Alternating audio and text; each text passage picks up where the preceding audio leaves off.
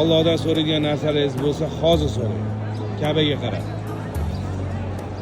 Ey Rabbim, mana bugun sening huzuringga kelganim. Yana kelishli ilohim nasib etsin. Farzandlarim, nevaralarim, opam, singillarim, akalarim, ukamlar bilan yanada kelishli nasib etsin. Bizani bilib bilmasdan qilgan gunohlarimizni kechirgin. O'zing tavbalarimizni eshitgin Allohim. O'zing tavbalarni eshituvchisan. Hammamizga sog'lik, salomatlik olgin Allohim. Hammamiz sog' salomatgina bo'lib yuraylik. Ukajonim, Umar ukajon, sizga ham katta rahmat xizmatlaringizga. Mana yaxshi, mana 13 kun shu yerda yaxshigina bizlar Ka'balarni aylanib, tavob qilib, sayohatlarga chiqib, hammasini kutaladik. Ilohim yanada kelishlik nasib etsin.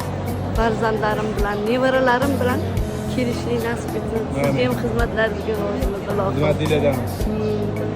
Doimo sog' bo'ling, oilangiz bilan, farzandlaringiz bilan sizni ham sog' salomatgina bo'lib tursin. Alloh